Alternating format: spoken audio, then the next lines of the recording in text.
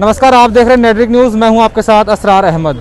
और आज जंतर मंतर पर धरना प्रदर्शन देने all India insurance employees association के लोग आए हुए हैं। इनकी क्या मांगे हैं, इनकी क्या डिमांड है जो ये लगातार धरना प्रदर्शन कर रहे हैं और सरकार को मनाने की कोशिश कर रहे हैं कि जो आप कर रहे हो प्राइवेटाइजेशन की तरफ सरकार लगातार जा रही है। आपने देखा है कि किस तरह से हर एक चीज़ जो सरकारी चीज़ है उसको प्राइवेट करने की कोशिश कर रही है। उसी सिलसिले में हमारे साथ बात करने के लिए जनरल सेक्रेटरी श्रीकांत मिश्रा जी हैं, हम इनसे बात करेंगे। सर, आप लोग आज यहाँ क्यों आए, क्या पूरा मुद्दा है? सर, हम ये मानते हैं कि LIC का निजीकरण हो या IPO हो या डिसइन्वेस्टमेंट हो, ये देश के लिए, देश की जनता के लिए, हमारे बीमा धारक के लिए सही नहीं है। और आज नहीं, 1991 से हम लोग इस निजीकरण का नीति को विरोध करते हुए आए हैं। अभी हाल ही में हमारी केंद्र सरकार ने LIC का IPO यानी इनिशियल पब्लिक ऑफर लाने के लिए जो कदम उठाई है उसके खिलाफ हम लोग ये धरना कर रहे हैं। सवाल है कि ये धरना दिल्ली में क्यों कर रहे हैं। खैर, आज पूरे भारत के पैमाने पर लगभग 50 जगह पर हो रहा है धरना, आज पूरे देश के पैमाने पर। हमने हमारी जो विरोध है उसको जताने के लिए गवर्नमेंट से टाइम मांगी कि हम लोग डिस्कशन करना चाहते हैं, समय नहीं मिला। लोकसभा के स्पीकर से हमने टाइम मांगा, वो टाइम नहीं मिला। LIC प्रबंधन से टाइम मांगा इस बिंदु पर चर्चा करने के लिए, वो भी नहीं मिला। तब हमें लगा कि शायद हमारी बातों में कुछ दम है, जो कि ना तो प्रबंधन और ना ही भारत सरकार कोई चर्चा करना चाहते हैं। क्यों? आपने सही पूछा कि क्यों LIC का IPO के बारे में भारत सरकार सोच रही है। मूलतः भारत सरकार 3 तर्क दे रही है कि क्यों LIC में IPO होनी चाहिए। पहला है, सरकार जो मजाक कर रही है ये कहते हुए कि LIC का कुछ शेयर अगर नहीं बेचा जाएगा बाजार में तो फिर LIC का विकास के लिए, विस्तार के लिए पैसा कहाँ से आएगा। दूसरा जो तर्क है कि LIC में अगर कुछ शेयर होल्डर्स को नहीं घुसाया जाएगा, अकेले भारत सरकार ही रहेगी मालिक, तो फिर LIC में ट्रांसपेरेंसी यानी पारदर्शिता नहीं आएगी। तीसरा जो है, जो देश की जनता को गुमराह की जा रही है कि LIC का शेयर अगर नहीं बेचा जा रहेगा, कुछ लोग अगर शेयर नहीं खरीदेंगे तो फिर LIC का मालिक कैसे बन पाएंगे वो। और तीनों जो तर्क है वो बेबुनियाद है। और हम ये मानते हैं LIC केवल एक वित्तीय संस्थान नहीं है। LIC पूंजी उत्पादन करता है, मैन्युफैक्चर करता है पूंजी। 5 करोड़ पूंजी से अपना कारोबार शुरू करते हुए आज LIC के पास जो परिसंपत्ति है उसका परिमाण 29 लाख करोड़ रुपया है। और केवल भारत में नहीं, पूरे दुनिया के पैमाने पर कोई वित्तीय संस्थान ऐसा नहीं है जो LIC के बराबर हो पाएगा। और ये कहना कि LIC के लिए पूंजी की आवश्यकता है, ये मजाक है। आज तक पिछले 66 साल के अंदर LIC ने अपने विकास के लिए, विस्तार के लिए भारत सरकार को एक भी पैसा नहीं मांगा।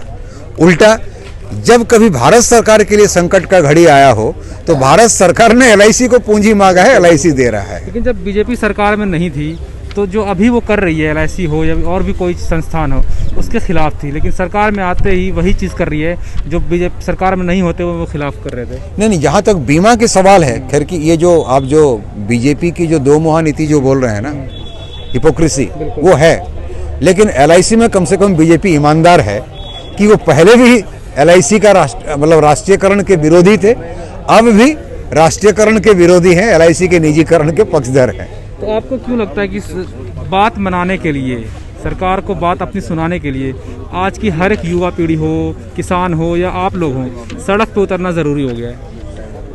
ये जनतंत्र है और हर आंदोलन हमारे जनतंत्र को और भी मजबूत करने की कड़ी में एक कदम है। हाँ, ये ठीक है कि आज की सरकार ये मान नहीं रही है। भले ही हमारे प्रधानमंत्री बाहर विदेश में बोल रहे हो कि India is the mother of all democracies, लेकिन उनको ये भी मानना पड़ेगा कि मदर ऑफ अगर ऑल डेमोक्रेसीज हैं तो जनतंत्र को मजबूत करने के लिए उसको बुनियादी तौर पर आंदोलन की ज़रूरत है। आंदोलन की ज़रूरत है, लेकिन आज आए दिन हम देखते हैं कि जो आंदोलन करते हैं उन पे कहीं ना कहीं ड्रैकोनियन लॉ लगा दिया जाता है, UAPA की धारा लगा दी जाती है। आप पूरे मुद्दे पे क्या कहेंगे? आप आज यहाँ LIC को बचाने के लिए उतरे हैं। हाँ जी, LIC को बचाने के लिए उतरे हैं। हाँ जी।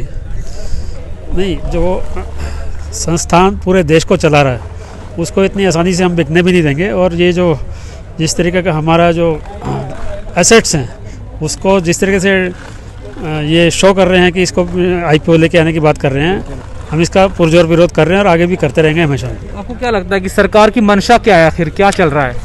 सरकार की मंशा ये कि अपने जो उनके मित्र हैं, पूंजी मित्र हैं, उनको फ़ायदा पहुंचाने के लिए सब कर रहे हैं लोग। और LIC जैसे निजीकरण की जो नीतियां हैं उसको जो लागू करने की बात कर रहे हैं, पहले जो विरोध किया करते थे अब उसको लागू करने की बात कर रहे हैं, जिसका हम विरोध कर रहे हैं यहाँ पर। आप देख सकते हैं कुछ पूंजीपति मित्रों को, दोस्तों को फ़ायदा पहुंचाने के मकसद से ये सारे काम सरकार कर रही है, इनका कहना है।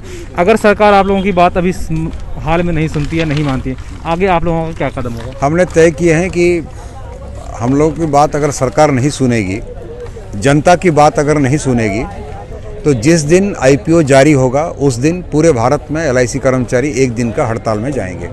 इसके साथ साथ हम लोगों ने ये भी तय कर चुके हैं कि ये केवल LIC का निजीकरण का सवाल नहीं है, नेशनल एसेट मोनेटाइजेशन पाइपलाइन के नाम पर हो या अपना सेल्फ रिलायंट इकोनॉमिक प्रोग्राम के बारे में हो, पब्लिक सेक्टर को बेचना आज की सरकार के हिसाब से सबसे बड़ी राष्ट्रप्रेमी कर्तव्य है। इसलिए हम समझते हैं जब तक तमाम उद्योगों का निजीकरण को नहीं रोका जाएगा, LIC का निजीकरण को रोकना असंभव है। इसीलिए आम जनता के साथ एक होकर के जो गरीब मजदूर आंदोलन 28-29 मार्च को 2 दिवसीय हड़ताल में जा रहा है, उस हड़ताल में पूरे भारत में बीमा कर्मचारी भी 2 दिन की हड़ताल में जाएंगे। IPO ऑफ LIC से लॉन्ग टर्म में क्या नुकसान होने वाला है? सबसे पहले तो जो बीमा धारकों को जो हम लाभांश का 95% हिस्सा देते हैं, वो जैसे ही इसका पूंजी निवेश होगा तो जो निजी क्षेत्र के लोग आएंगे वो अपने हित में उसको टर्न करने की कोशिश करेंगे। तो जो सीधा बीमा धारकों के पास पैसा जा रहा है वो कुछ चंद पूंजीपतियों के पास जाएगा, तो बीमा धारकों को निश्चित रूप से, और फिर ऐसी पॉलिसियाँ बेची जाएंगी जो कि कुछ लोगों को लाभ देती हों। तो आने वाले दिन में आम आदमी के लिए जो सब्सिडी के तौर पे, चाहे ग्रामीण क्षेत्र का हो या गरीब हो, जो एक बराबर प्रीमियम पे मिलती है, उसमें भी अंतर होगा।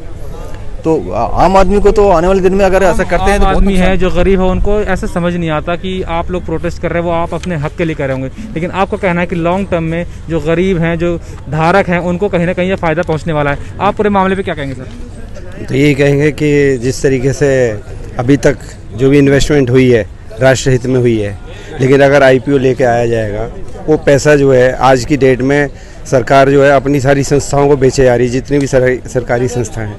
तो जो एक भारी इन्वेस्टमेंट जो करेगी IPO के अंदर, जो शेयर के नाम पर जो पैसा आएगा वो जाएगा किसकी जेब में? तो इनडायरेक्टली देखा है तो इसका निजी हाथों में देने का इनका प्रयास है। हम इसका घोर विरोध करते हैं। देखो आपने ये हमारे साथ जनरल सेक्रेटरी मिश्रा जी भी थे और कुछ लोग थे जो लगातार IPO ऑफ LIC के खिलाफ प्रदर्शन कर रहे हैं, और आने वाले दिनों में अगर सरकार इनकी बात नहीं मानती है तो ये ऑल इंडिया में एक दिन का धरना प्रदर्शन करने की चेतावनी भी दे रहे हैं। हम देखना ये होगा कि सरकार आखिर इनकी बात कब तक सुनते हैं। आप देखते रहिए नेटवर्क न्यूज़, मैं हूँ आपके साथ असरार अहमद। आप देख रहे हैं नेटवर्क न्यूज, साहस सच कहने का।